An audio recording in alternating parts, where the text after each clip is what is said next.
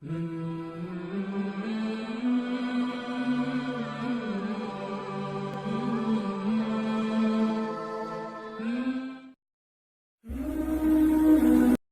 المبارک کے یا دیگر جو بھی خطبہ ہیں، خطبے ہوتے ہیں، ان میں ہاتھ اٹھا کر دعا مانگنا۔ پہلے خطبے کے بعد جب جب خطیب بیٹھ جاتا ہے تو اس میں ہاتھ اٹھا کر دعا مانگنا یہ مقتدیوں کے لیے درست نہیں ہے۔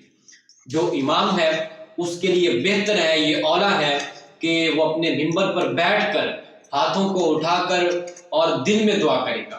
لیکن اگر وہ ایسا نہ بھی کرے تو یہ بھی درست ہے، کیونکہ اگر وہ ایسا کرتا ہے تو دیگر مقتدی حضرات ہیں وہ دیکھیں گے تو امام کی پیروی کرنا شروع کر دیں گے، تو اس کے لیے امام کو اس سے بچنا بھی بہتر ہے۔ اور جو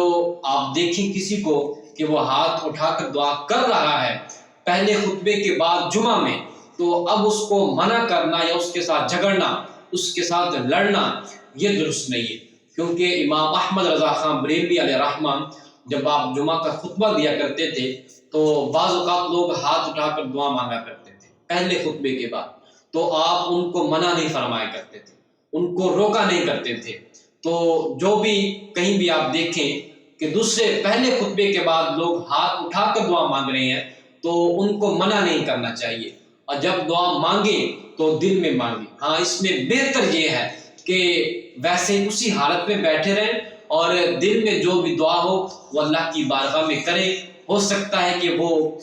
ایسا وقت ہو جو قبولیت کا ہو اور دعا اللہ کی بارگاہ میں مستجاب۔